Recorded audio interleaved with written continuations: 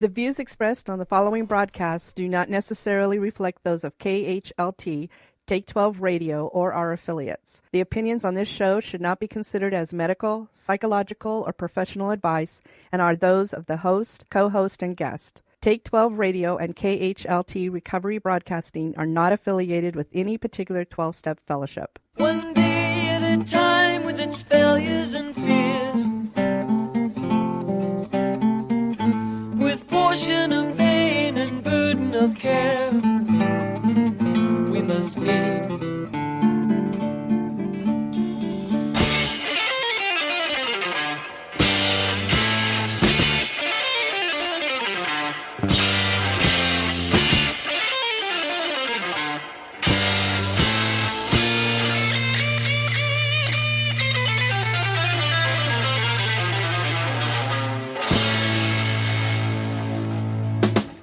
Welcome to Walking Through the Language of the Heart, a journey into the grapevine writings of Alcoholics Anonymous co-founder Bill W. And now, here are your co-hosts, Chris S. and the Monty Man.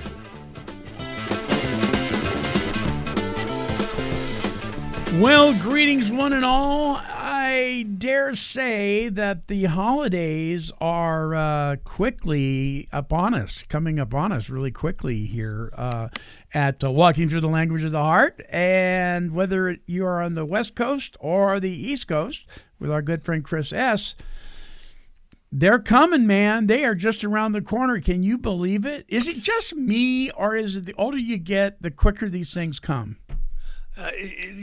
Time just moves so fast. It's crazy. It is nuts. It is nuts. Man.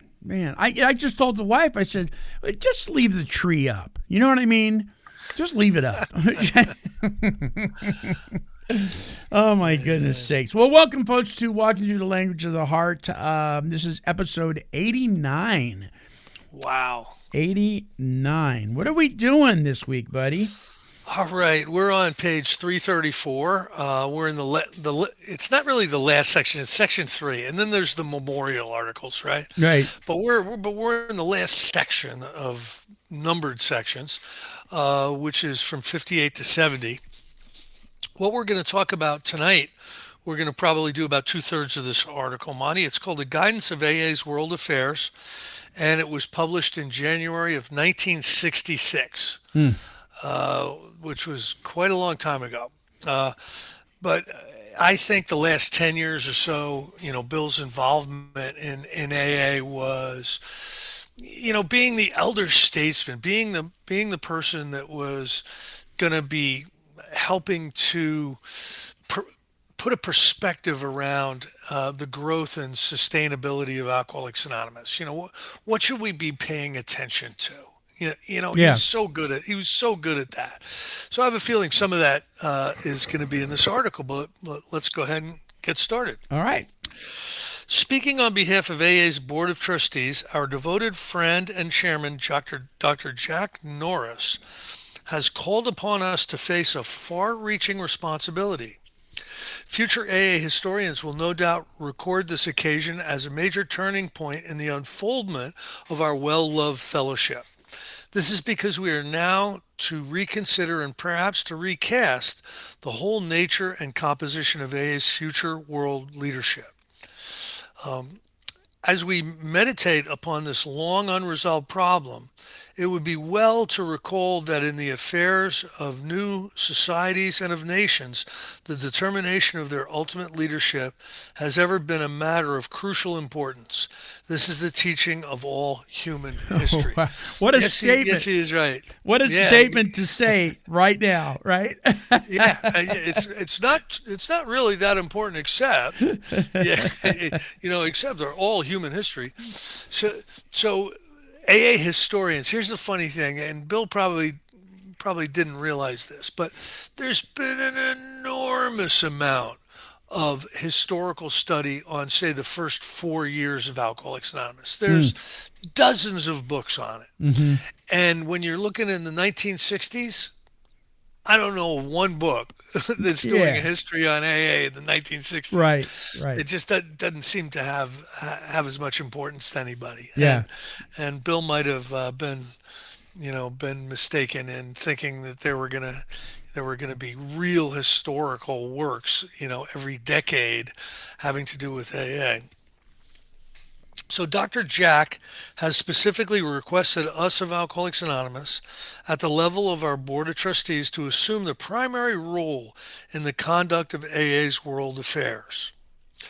He has presented a detailed program for achieving this, a plan almost unanimously recommended by his fellow trustees. Should we adopt this new concept in 1966, the chief responsibility for the guidance of our world affairs would then be shifted from the non-alcoholics of our present board to the alcoholic trustees of the new board. Oh, okay. This is when it was starting to happen in Yeah. 1966. I was under the impression it was in the 50s, but Bill is kind of laying this on Dr. Jack Norris. Yeah. But from oral tradition and from some of the delegates that I've spoken to, this was one of Bill's missions too, to get the fellowship firmly under the alcoholics on the board and not the non-alcoholics. He does a lot of these articles, going back a ways even on some of these. We really see how he is setting the stage for not being around. Yeah. Yeah. I don't know what about his emphysema and how it was progressing, but he probably knew he probably knew he was going to die of a lung disease, and that happened to so many people. Both of my grandfathers died in their 60s. My father died in his 40s. Really? And Wow. they were all lifetime smokers. Yeah. And that's just what was going on back then. And it's really, really sad, the amount of years that were lost to some of these giants. Yeah.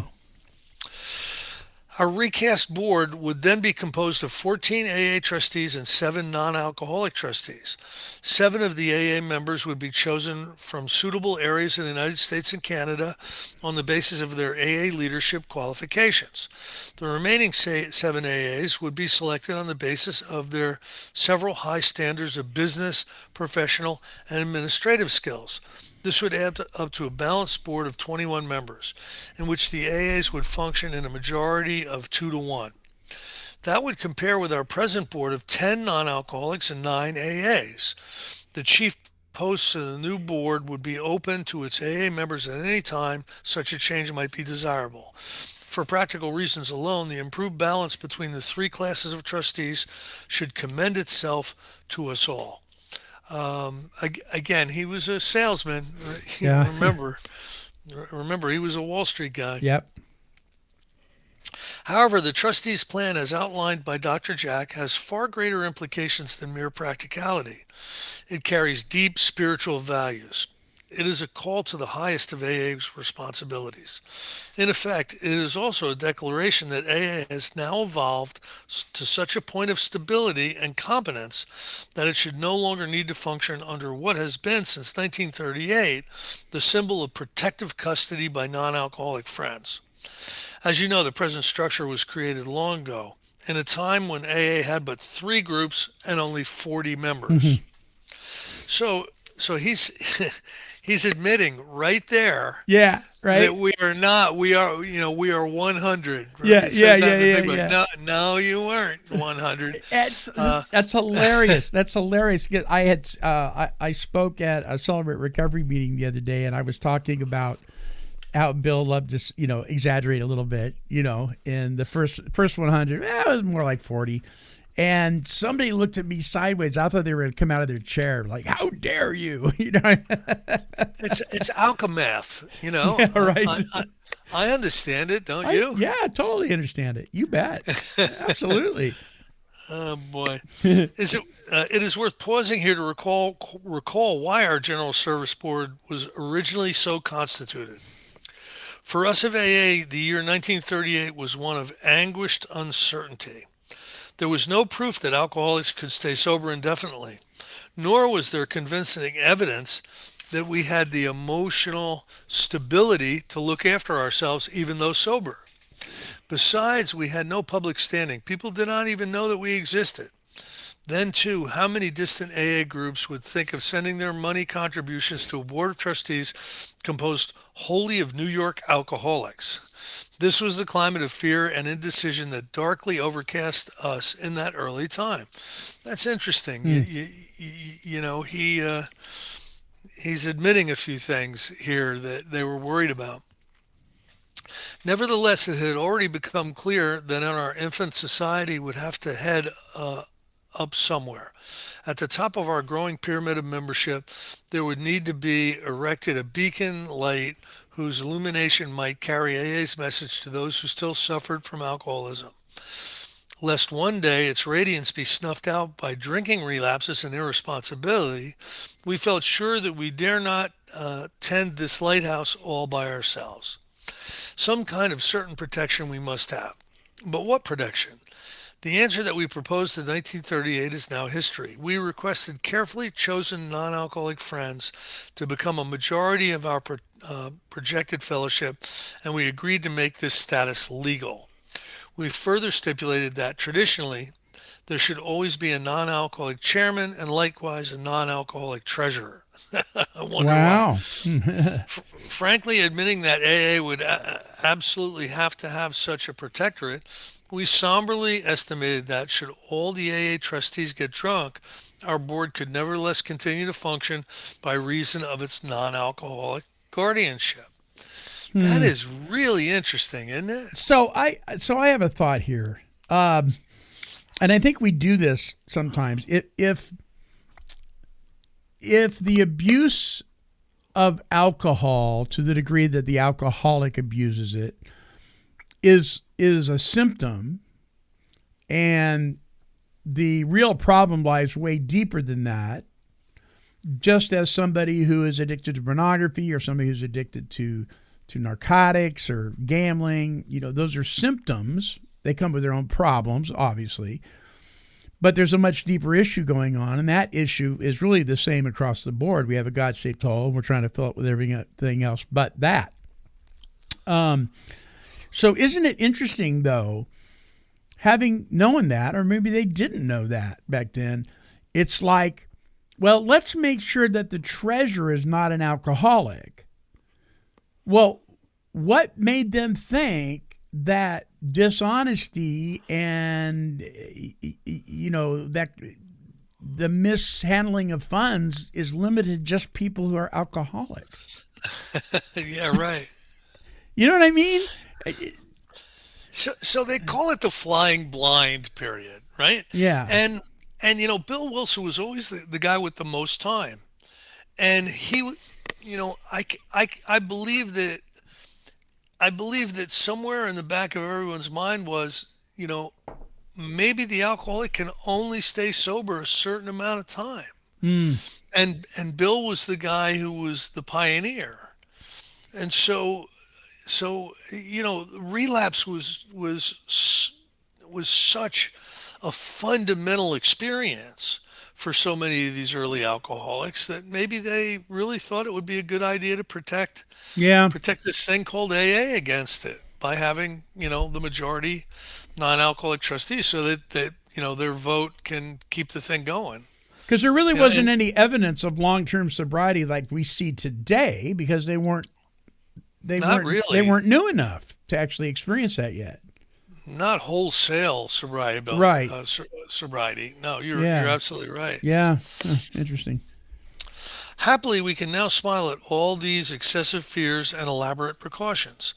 During the past 27 years, only 2 AA trustees have been waylaid by alcohol. Meanwhile, our message has been carried worldwide and most effectively indeed.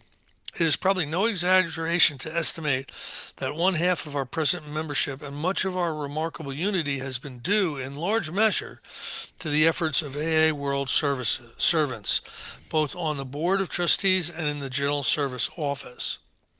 Of course, we have sometimes witnessed emotional storms, but none more serious than those which afflict most other societies. In every single instance, these disturbances have been successfully overcome by the immense spirit of dedication that has always characterized every level of our worldwide effort. The record speaks for itself. Today, we know that we need not fear alcoholism nor excessive emotional instability. Next, let us inquire into what has been the value of our non-alcoholic trustees over these years. Without hesitation, I can tell you that their value has been quite beyond reckoning. Only God could add their score. Therefore, I deeply hope that a sizable contingent of these friends will continue to remain with us, just as our new plan provides.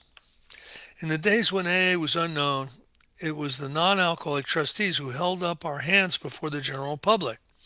They supplied us with ideas that are now a part of the working structure of our headquarters. They voluntarily spent hours on end working side by side with us, and among the grubbiest of details, they gave freely of their professional and financial wisdom. Now and then, they helpfully mediated our difficulties. In the early years especially, their very presence on our board was quite able to command full confidence and the respect of many faraway groups. Meanwhile, they assured the world around us of AA's worth. These are the unusual services which indeed they still render. Then too, these are the men who stood fast during that exciting but perilous time between 1940 and 1950, when AA's unity and its collective responsibility were put to the acid test, a time our 12 traditions were being forged out of the lessons of that experience. You know, that's true. Like the first 15 years or so of Alcoholics Anonymous, we really didn't have the traditions as they're, Yeah. today, accepted today as part of our whole deal. And it's interesting. So did the we know some of the volunteers and who they were and the credibility they had, but do we really know a lot of them? I mean, it sounds to me like much of them carried a lot of weight within society, right? People believed and trusted them. And Well, the group of people that Rockefeller introduced right, Bill to at that Rockefeller dinner, a lot of them stuck around and paid attention, because John D, wanted them to, right, and he commanded the a lot of clout in the upper echelons of the business world. So yeah, some of these people were real heavyweights, and some of them became very interested in Alcoholics Anonymous. I only know a few of them, like Bernard Smith, and there's a few of them that have legendary status today, but there's probably a whole ton of them none of us know anything about. right. Who were doing life-saving, board of directors work. Right. I wouldn't doubt that for a minute. Yeah. Having myself been a constant resident of AA's House of World Service for over a quarter of a century, no one could better understand what these devoted friends have meant to us. To gratefully set my testimony of their magnificent contributions on the record in this article is something for the deepest and most enduring of satisfactions. Nor could any expression of our gratitude be complete unless I were to tell you of the indispensable contribution that was once made to AA's welfare by a non-alcoholic friend and trustee. I write of a man that many of you know, our one-time chairman, Mr. Bernard Smith. I was just mentioning him. Yeah. During the most serious crisis that this fellowship has ever experienced, it was Bern who persuaded us to meet and to shoulder our clear and rightful obligations. As individuals, it must be confessed that we AAs have never been over anxious to meet heavy responsibilities. No kidding. All of us were at first driven to AA under the lash of alcohol. Arriving in the midst of the newfound life, we were soon confronted with the 12 steps and 12 traditions. More often than not, we proceeded to adopt these principles in a rather piecemeal fashion. However, as inevitably time went by, the quality of our conformity began to improve. We commenced to practice AA's principles because we knew them to be right for us, even though many were still difficult. Nonetheless, it was a very short time before many of us could come to the point where we would accept our heavier obligations with that full and joyful willingness, which finally grants to us a consistent spiritual effectiveness. The powerful, powerful sentences. Yeah. You know what I mean? Like Yeah. that, like we commenced to practice AA principles because we knew them to be right for us, even though many were still difficult.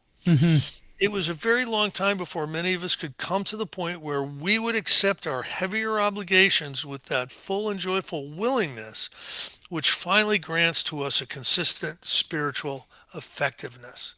So the willingness to do the service work grants you spiritual effectiveness. I'm seeing that in you, Monty, right now with what you're doing with the Army. Oh, You know what I mean? thank you. Like Yeah. you're willing to dig in, you're willing to get busy, and I don't doubt at all your spiritual effectiveness there is making a difference. Yeah. Amen. You know? Yeah. I hope so. I mean, because really that's what's at the root of it anyway. The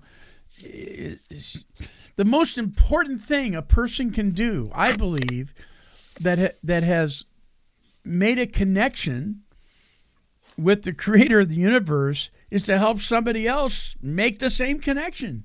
I can't think of a higher calling, Chris. Yeah. Really. And it's I was talking to the CEO of Came to Believe Recovery the other day. They did a retreat in Riverside, and he was almost speechless. This was a week after the retreat, and I didn't go to that one, but I was talking to him. I said, "Tom, you okay?" And he goes, "I'm so incredibly overwhelmed." He said, "It's just almost flooring me to watch the change in these people's lives, and it's not an emotional response because the music was good." You know what I mean? Yeah. It's why wouldn't somebody want to be a part of that? And that's why I feel sad when I see people that come into groups like Alcoholics Anonymous and get a couple of years and then they vanish, even if they are staying sober. It's just it's sad because they're really missing something. You can dig deep in this. I'm sure there's other things with other spiritual pathways that you can go really, really deep in and get a whole lot from. But as an alcoholic, it's really not optional. It's really not optional for me to do anything but dig into this thing. Yeah. Because my survival depends on it. But the benefits are amazing to see. And you're hot and heavy in the middle of seeing some amazing stuff happen. Yeah, that's pretty awesome. There should be somebody doing a documentary on it right now with video. That would break like all traditions, I'm sure, and HIPAA violations and everything else. Oh my gosh! But there really should be. You know what I mean? Yeah. Amen. Anyway. It is also observable that, like other people, we AAs are apt to resist any proposal for great change, especially when all seems to go well. Often enough, these reluctances have been based upon our fears, but sometimes they have represented a genuine prudence. This latter quality of conservatism has occasionally prevented ill-considered or hasty decisions upon important matters. If you've done 5 minutes worth of work in the AA structure, you understand that it is built to slow you down as far as decision making. Because it's used to people who come in as crusaders and in 5 minutes want to change everything. Yep. The whole structure is built to slow you down, and I've grown to appreciate that today. You know what I mean? Yep. I didn't understand it. I mean, my first attempt at fixing this group, and by God, you're going to follow by these traditions, or I'm quitting. Yeah. I had no idea. and nobody was listening to me. They were like, don't they understand that if they did it my way, everyone would be happier? Yeah, they were just like, oh, sit down. Yeah. Don't they understand? Oh, man. What has been true of us as individuals has necessarily been true of AA as a whole. I can vividly remember the heavy opposition to the creation of our World Trusteeship in 1938, to the publication of our textbook Alcoholics Anonymous in 1939. And I still tremble when I recall the truly fierce resistance that arose when in 1946 the General Service Conference of Alcoholics Anonymous was first projected. In those times, it was seriously believed by a majority of AAs that the temptations and risks of such complex ventures as these would be far too much for us. However, we can now thank God that we finally did face and accept those vital and clear-cut responsibilities. Nevertheless, we found on each of these occasions what we had to be strongly persuaded of the absolute need for change. There had to be manifest a solid core of constructive and convincing personal leadership. That is exactly what our remarkable friend Bern Smith gave to us when in 1950, after years of great heat but little light, we had failed to arrive at a decision to form AA's General Service Conference. It was his personal leadership that saved the day. Let me now background this statement. By 1946, certain facts of AA life were becoming visible. Our trusteeship, then called the Alcoholic Foundation, was becoming more and more isolated as our groups fanned out all over the globe. Indeed, the only linkage between our board and all those thousands of members consisted of a few tireless AAs at the General Service Office, Dr. Bob and myself. The trustees themselves were virtually unknown. Dr. Bob had fallen ill, perhaps fatally. Our linkage was perishable and far too thin. Hence, some of us felt it imperative that our Board of Trustees should be directly related without delay to AA as a whole. There was still another reason. A majority of our groups had already declared that they would no longer live under the protection and management of their local founders and old-timers, no matter how well loved these were. For better or worse, our groups were taking the decision to look after themselves. This was the AA revolution, which led to the writing of Tradition 2, whose principles of AA function provide that the group conscience shall be the final authority for all active services and that trusted servants named by the groups shall act in their behalf. Certainly our long isolated board members were trusted servants, but it was nonetheless true that these trustees had no direct connection to the group conscience of our society, nor were they directly accountable to it. It was therefore becoming evident that we here in New York were still operating as a protectorate, something that had by then become obsolete and quite inconsistent with the provisions and the split of AA's second tradition. He's kind of getting into, why AA got a bad name so long ago. That's at least his perspective on it. Consequently, it was proposed to assemble a General Service Conference of delegates who could squarely meet these deficiencies. As news of this project got into circulation, resistance began to mount. The more the conference was urged, the more the opposition dug in. Many AAs were deeply frightened. They imagined themselves engulfed in a wave of prestige-seeking, shabby politics, financial troubles, and all the rest of it. Under such conditions, many good members were quite unable to see the urgent need for radical change. Observing their protests, our board naturally concluded that AAs most emphatically did not want a General Service Conference. I'm afraid, too, that the growing impasse was made still worse by my incessant bulldozing of the conference issue.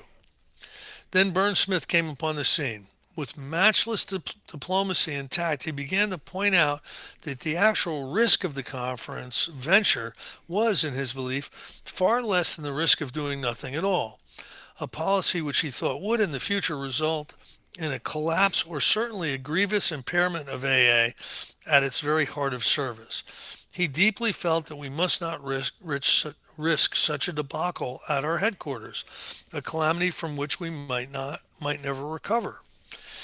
He continued to remind us that self-direction was the very first responsibility of every democratic society, such as ours had said it was in tradition too. As we know, these views of Burns were finally accepted, and I shall never forget that wonderful day in his office when the trustees committee on the structure recommended immediate creation of the General Service Conference of AA. To our friend Byrne, we therefore owe it that we have our annual conference. Certainly his story has a deep and clear relevance to this all-important matter of AA's future leadership. The question that is again before us, and one which has been 10 years under debate. It is ever so evident that Dr. Jack has been performing for us a similar service of unique importance. To him and to his fellow trustees, we therefore owe a similar tribute. It is greatly due to Dr. Jack's wise and patient leadership in this time of change that we have the trustees plan before us at this time, a plan which, if adopted, would mark the last basic step in the evolution of AA's world service structure. Most assuredly, I hardly need to say that I do endorse the trustees' plan. Its unfoldment in the new 1965 conference was one of the most inspiring and heartwarming events of my entire AA life. Finally, let us reflect together upon the high spiritual content of this all-important plan. As we know, all AA progress can be reckoned in terms of just two words, humility and responsibility. Our whole spiritual development can be accurately measured by our degree of adherence to these magnificent standards. Ever deepening humility, accompanied by an ever greater willingness to accept and to act upon clear-cut obligations, these are truly our touchstones for all growth in the life of the Spirit. They hold up to us the very essence of right being and right doing. It is by them that we are enabled to find and to do God's will. Again, he's giving us a recipe for spiritual development. Mm-hmm. You know, our humility and our obligations to take action. That is very cool, and I believe that's true. Certainly in my life, for one reason or another, I wasn't smart enough to do it on my own, Monty, but I took a lot of action in Alcoholics Anonymous, and Yeah. and I've benefited. I've been the guy that's really benefited more than anybody Yeah. else. Yeah. I get that. Let us therefore consider the spiritual gifts which our friends have today offered for AA's future welfare. They have offered to reduce their numbers by 3, being still a board majority and still holding its chief posts. Our non-alcoholics have all these years been cast in the role of guardianship, a responsibility that they've never been called upon to meet. Therefore, this old-time symbol of protection has long since become meaningless. Recognizing this, the new trustees plan provides that our friends would in the future act in a minority, thus becoming our associates. In making this humble offer, they have called upon us to assume the highest of responsibilities, the guidance under God of our own life as a fellowship.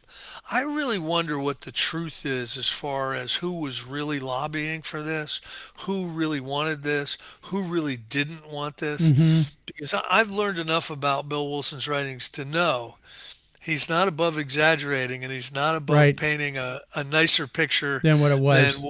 than what it was. Yeah. You know what I mean? Yeah. If this then is their demonstration of humility, what is going to be our demonstration of responsibility? As to a family just coming of age, they have in substance told us, the world of the future stretches before you, and you are well prepared. Go out into it, fearing nothing. Our faith in you is confident and strong. As you move onward toward your destiny, may you always remember that God in his wisdom has granted you 3 precious graces: freedom from a deadly affliction, a life experience that enables you to carry that priceless freedom to others, and a vision ever widening of God's reality and of his love. This article has some wonderful writing in it. Remember, he's talking about like current events and history. Oh, there's a lot of stuff in here. But there's like deep spiritual significance in this article. May we of Alcoholics Anonymous remain ever worthy of these three gifts of grace and of the supreme responsibilities that are now ours. For so long as a bountiful God may wish AA to endure. Wow. He always, in almost every article that we've read so far, he almost always refers to trusting God and having a spirit of humility. It's somewhere in the article. It's a common theme in all of them. And so what you were saying about his ability to maybe exaggerate or stretch things a little bit, the more I get to know him, the more I wonder, did that have some roots in ego? Maybe, but I wonder if it wasn't more of a tendency to want to protect us. You know what I mean? And maybe a little bit of both, but I think his intentions were very honorable in some of the. Oh, I agree. Yeah, I totally agree. And he's the first person to admit, when he's had challenges with his ego and he's had challenges with humility. He's the first person to admit it, and he also was the first person to recognize it's deadly. Yeah, you lose your humility, you lose your sobriety. I've seen it happen 100 times. Unfortunately, during the COVID years, Monty, I saw people revert from a spiritual centeredness to a self-centeredness. And oh man, the ego rebuilt, and they're gone. They're gone. They may never come back. Yeah, You know what I mean? Some of them are dead. So Bill knew that. So I got a question about observation for you. See what your take on this is. For those, before I say this, for those who are listening who are members of the faith community, particularly Christendom, put aside, if you will, just for a minute, prophecy, biblical prophecy. Just kind of put that on hold for a second, because I don't want to go down that road with what I'm saying. When we look at the evolution of Alcoholics Anonymous, when we look at the evolution of the United States of America, the evolution of the Boy Scouts, the evolution of Rotary Club, whatever, right? Things that have been around for a long, long, long time. That's the things I'm talking about. It seems to me, and see what you think, that we go through these seasons. Some of them early on are growing pains, where we have to somebody will hit the reset button and say, okay, enough of this nonsense. Let's gather the troops. Let's breathe. Let's relook at this. We format everything and kind of defrag, and we start again to a certain degree. And things improve. And then we go through another kind of season. Maybe it's not growing pains. Maybe it's, adolescence or something, and things get crazy again. And somewhere along the line, we hit the reset button again. Now, and I bring this up because it seems like, to me, that is evident within the Fellowship of Alcoholics Anonymous. There's been these pitfalls, these different opportunities to really implode. And yet it doesn't, because somebody will hit the reset button. I think that's happening in our country too.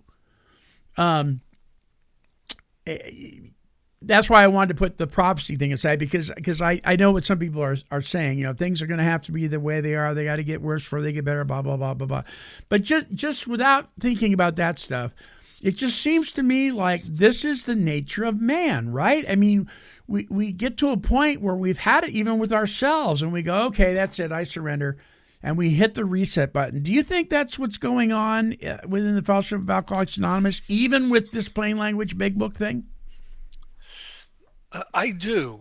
And a couple of things are popping into my mind. One of them is there's a guy named Don C. Who lives out in Colorado.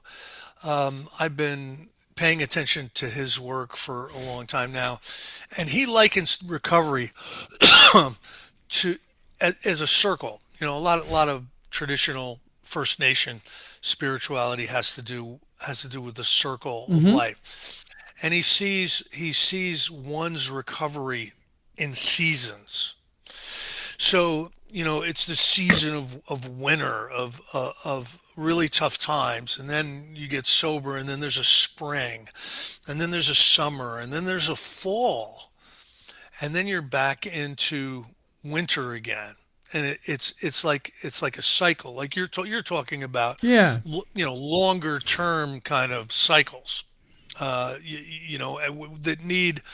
that need renewal movements, or that need renaissances, to come back to the primary purpose and the Sure. primary responsibilities, because we, we're, in Alcoholics Anonymous, there's bright shiny objects now everywhere, and for us to, remain true to the primary purpose and the singleness of purpose and all this becomes really hard. When I'm looking at my experience in Alcoholics Anonymous, I came into Alcoholics Anonymous in a summer. It was the summer of love, let's just call it. The treatment centers were everywhere, and they were flooding our meetings with people, most of whom were not alcoholic. They'd had a drug problem here or there, or, whatever. And it was fellowship. It was like the summer of fellowship. Yeah. And then there was a fall. Over the course of the next decade or so, the people that didn't really belong were, for one reason or another, were moving out. And it left me with the bare trees of the alcoholics, the people who I was going to fellowship with the rest of my life. Then I hit a winter, right? Which was, a marriage that didn't go well, a job that didn't go well, a lot of problems within the family and everything. And then I got through that, and I got back to a spring where really now my recovery started to hit on all cylinders. I was really practicing the principles, and I was very active, doing a lot of things. And now I'm back in a summer. It's not the summer of love anymore, but it's a wonderful, comfortable, loving experience that I'm in right now. Now that's just me personally. You can look at societies like you're talking about. Yeah. You look at the cycles and the seasons of these societies, and you just got to hope that their winter doesn't kill them. Right. And unfortunately, I mean? the winners will take some people out on the way. You just hope it's not you or the ones that you're closest to, but sometimes it is, Yeah, it can be. And the Big Book movement itself, I think, is worth mentioning, because the Back to Basics movement, the Big Book movement, whatever you want to call it, just renewing our commitment to the basics of Alcoholics Anonymous, which started, say, in the late 70s, really blossomed in the 90s. I think is fundamental to the survival of a lot of alcoholics who might not have survived in the summer of love, where anything and everything would go, and everything was meeting based, and none of it really was recovery based. So I asked this question to somebody the other day, and they said, and they brought up the whole biblical prophecy thing and everything, and I said, okay. So I said, let's go there for a minute. If one were to say that at some point everything's going to come to an end, on this plane anyway, yeah, I'll bite with that. Okay, do you want to be part of something that fizzled out prior to that, or do you want to be smack dab in the middle of it when it does all stop? I want to be smack dab in the middle of it when it does all stop. You know what I mean? I don't want to be lounging, in Kokomo, waiting for someone to come up with a new fancy non-alcoholic beverage so I could feel good about myself. All that garbage that I want to be in the thick of it, man. As long as I can. Yeah, and going to the biblical explanations and stuff. It's not going to be like we think it's going to be. it's going to be different. You know, you know what I mean? We can't accurately predict an ending like that. It's No. we can say yes, there's going to be an ending, but we can't really accurately predict when. And we're or not where. supposed to. We're supposed to be about the Yeah. Father's business. You know, it's like, what Exactly. are you So- what the angels say? What are you doing looking up here? Get to work. Yeah, help the rest of our children. I know, right? Right. And I think that's what you and I are busy Yeah, doing, yeah. Monty. And, Right on. and the actions result in the rewards. There's nobody on this planet that's more overpaid than I am. You know what I mean? I hear you. Yeah. Yeah. Good stuff. Right on. All right. Yeah. Good episode. Episode 89. Gee. Whoosh. All right. Well, we got more to come, listeners. Make sure you stay tuned to the very end of the show so you can see where you can catch up on all the episodes. All of these, by the way, my friends, are downloadable for fun and for free. And at some point, we're going to make them available on a flash drive. So if you want to grab that, we'll let you know when that's going to happen. All right, Chris. Well, thank you so much. You have a really good Thanksgiving, you and your family. And you too, Monty. Wishing you guys all the best, and then we'll see you week after next. Listeners, hope that you can find some things to be grateful for and thankful for. It's really hard to hold on to resentments when you have an attitude of gratitude. You know, Zig Ziglar said, let me see if I get this right. It's one of my favorite sayings. It's not your aptitude, it's your attitude that'll determine your altitude. So That's a great one. I know. I love that stuff. All right. Until our next broadcast, this is the Monty Man along with Chris S., and we are wishing God's perfect serenity for you.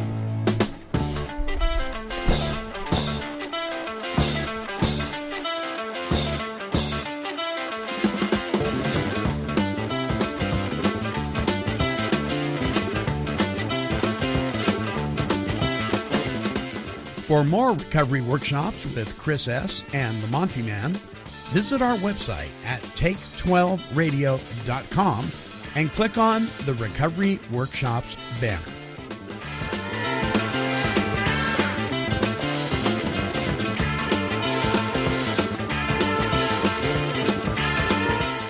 This has been a broadcast of Take 12 Recovery Radio and KHLT Recovery Broadcasting.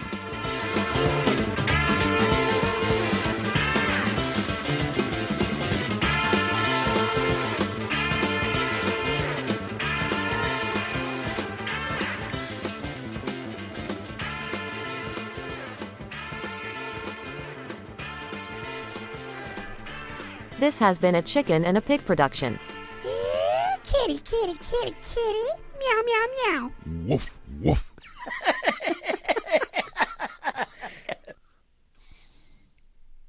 Bam.